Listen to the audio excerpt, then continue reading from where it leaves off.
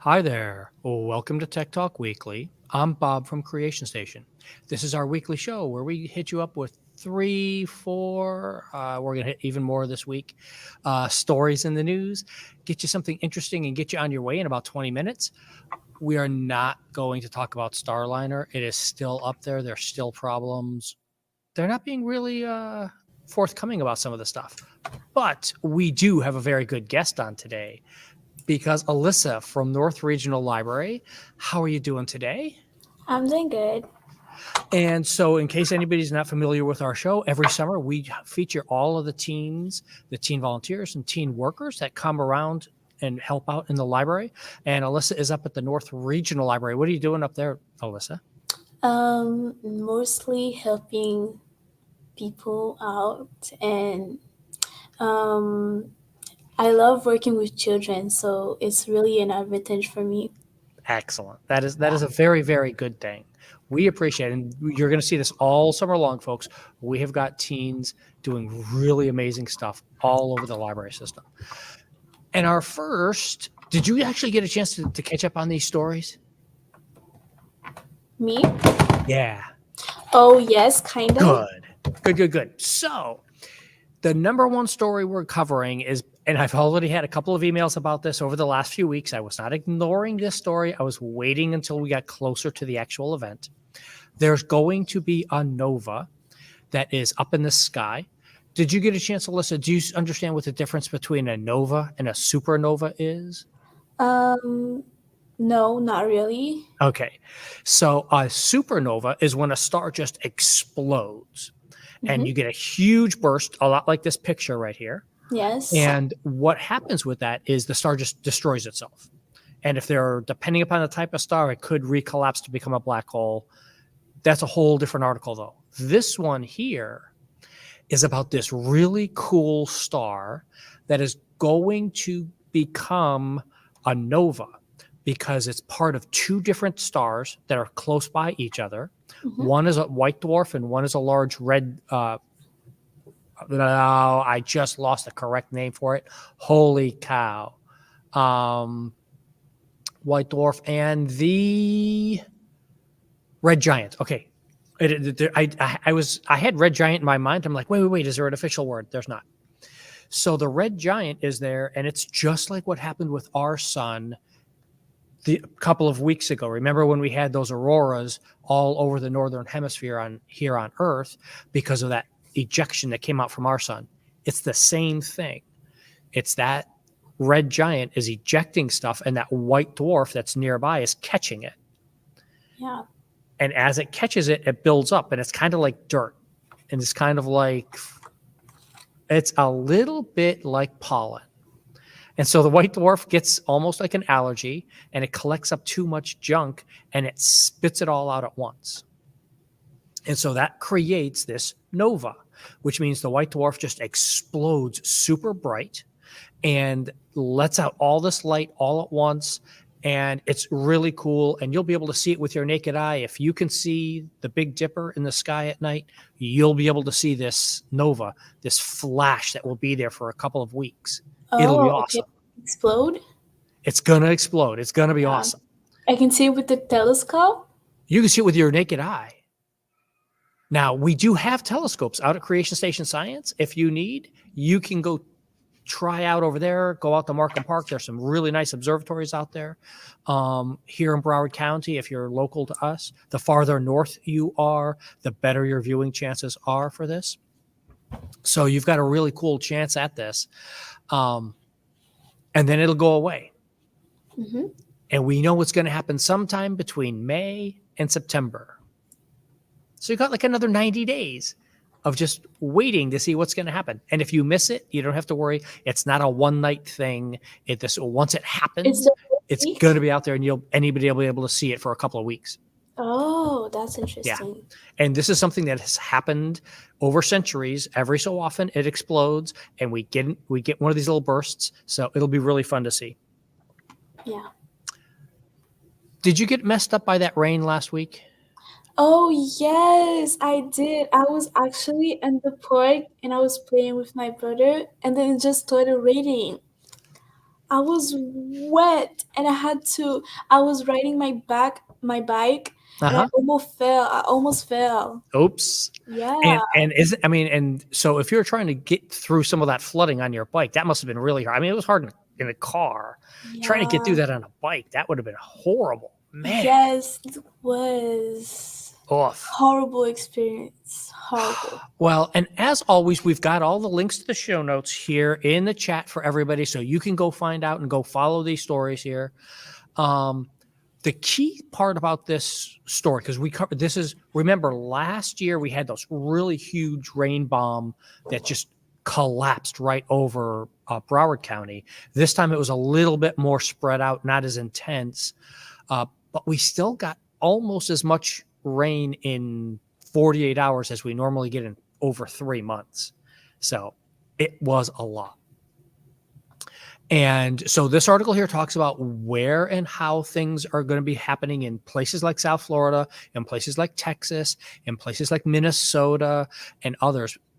It concentrates on Miami, but it talks about what are the real consequences and the idea that we have moved beyond stopping these effects, and now we have to work on how are we going to live with these effects over the next decades. Maybe you're going to have to get a canoe instead of a bike. Yeah. That'd be Maybe. a kind of an interesting. Yeah, I mean, it was just a mess out there, wasn't it? Yes, it was.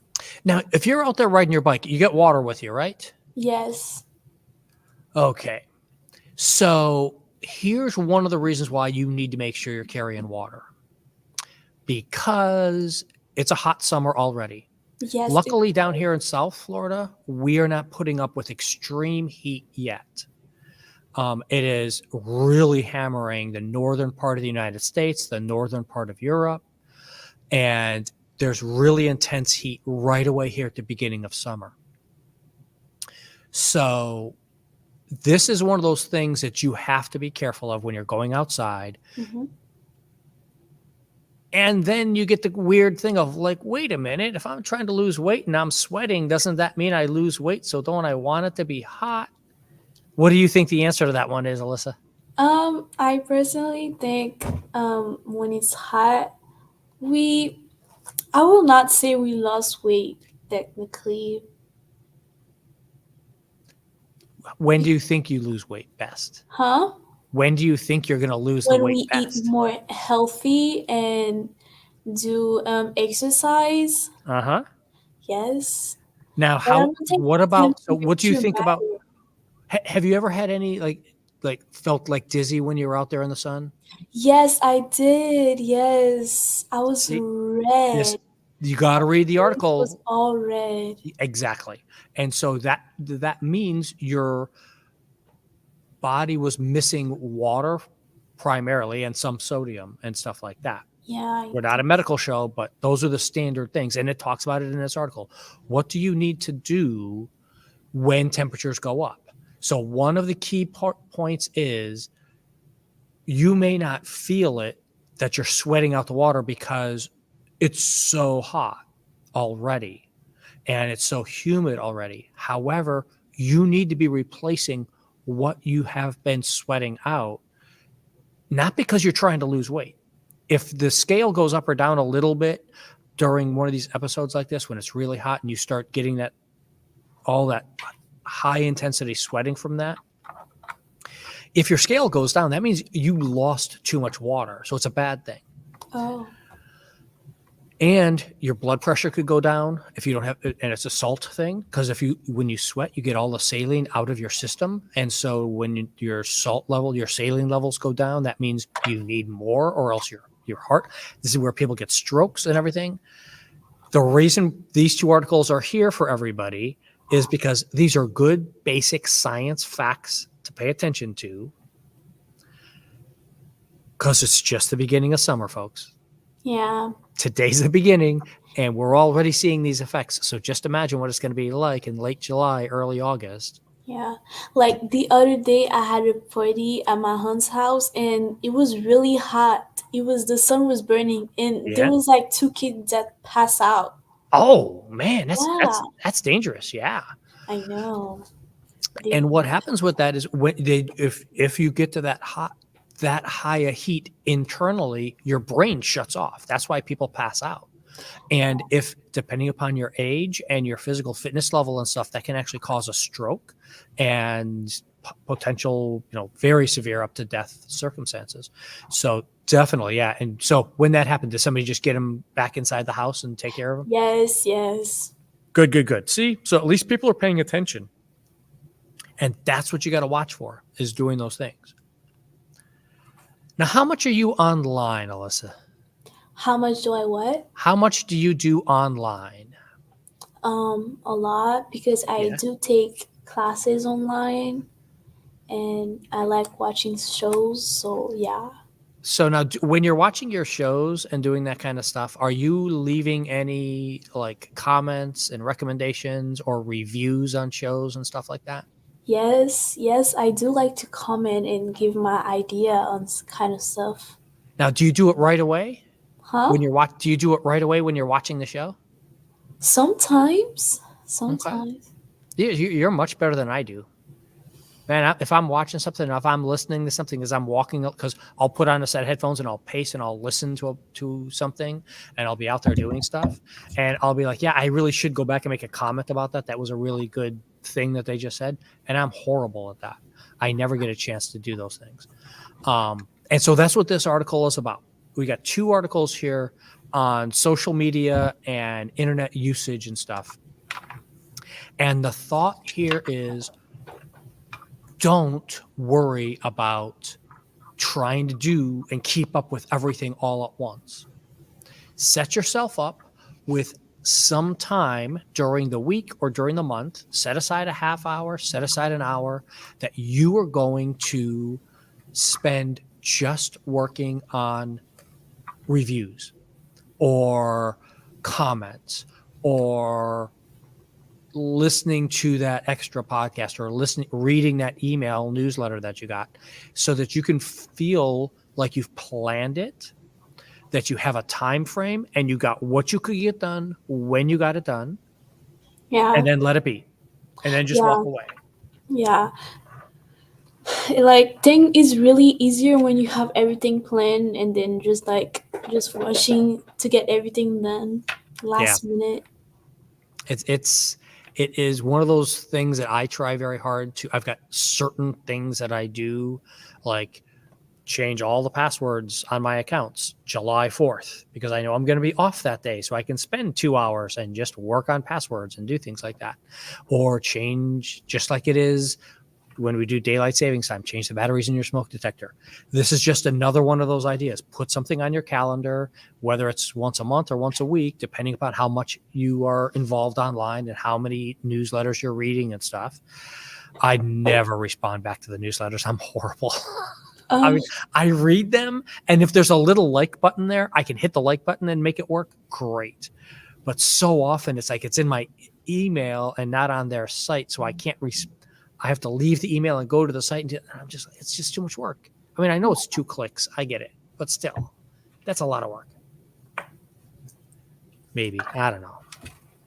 Maybe I'm just an old guy. I don't know. I don't get that. But speaking of that, we are on 2 very different age ranges here, Alyssa.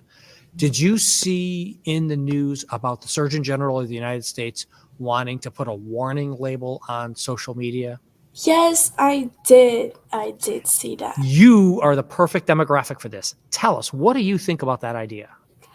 I personally think that it is right. Like most of like children's that has social media and it like affect their knowledge in some way.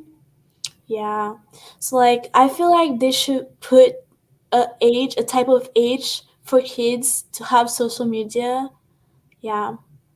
Now, how would you do that? Um Honestly, I don't know. Maybe a warning or I don't know. Yeah. I know it's hard. Yeah. There are no right answers. That's why we talk Yes. about this. So here's my problem with this. I Mhm. agree with you Mhm. that parents and kids teenagers and especially young adults, those tween ages, as people are just really starting to get in, need to have those talks. You need to sit down with your child. You need to sit down with your family and friends and talk about this and say, hey, this is what I want you to do online. This is how I want you to be safe. This is how I'm going to monitor what you're doing. These are the places you should go and stay in these safe areas until you learn more and do things. Part of my problem with what's in this article is saying we need to prove your age before you can use the site, which is there's two problems with that. One, it's very easy to lie because currently right now, most sites have an age verification where you just type in how old you are. And then if you're too young, it restricts what you can do. And most kids don't, and most parents don't. They just let the kid be an adult on there. Yes. And the other one is I don't want to give Meta, Facebook, Google, etc., my driver's license, which is the only way to prove who I am and how old I am. I don't want to give them that information that they can go look me up on the state database. Yeah, there's that too. Yeah. And then what happens? I mean, we already have enough privacy problems. And now if you want me to we'll use Facebook as an example. Mm-hmm. If you want me to use Facebook or you want me to use YouTube, now I have to give you my driver's license? I'm like, no, this is just not a good thing. Yes, it gives you all your personal info. It just leak your information. Right, 100%. So now we're back to the idea of let's put a warning label instead on there. Mm-hmm. So if you wanted to have a warning label on there, what do you think you could put on there as a warning label on Facebook or on Instagram? Because Instagram is one that people talk about a lot because of images and young women, seeing images out there and those kinds of things. What kind of warning would you put on there that would make you think, okay, this is something I want to be careful over, instead of it being a warning and it being like, oh, that looks kind of cool. Maybe I want to do that. Or if my parents are telling me no, maybe I want to go see what the whole fuss is about anyway. Yeah, but is the warning going to help children's those days? I feel like warning, they're not gonna take it seriously, to be honest. I know. And this is why this is a complicated thing. This is not a thing that the government can pass a law and stop any problems. And it can. And one of the reasons why this article exists, and it's a long article, I highly encourage everybody to go read the full article, because it talks about some of these studies that, yes, there are one or two studies out there that show young women in particular who have body image problems, who then get online and interact with strangers, further have further deeper depressive issues. However, if they have depressive issues and they get online with their friends, they get better. You think so? Yeah. That's the thing.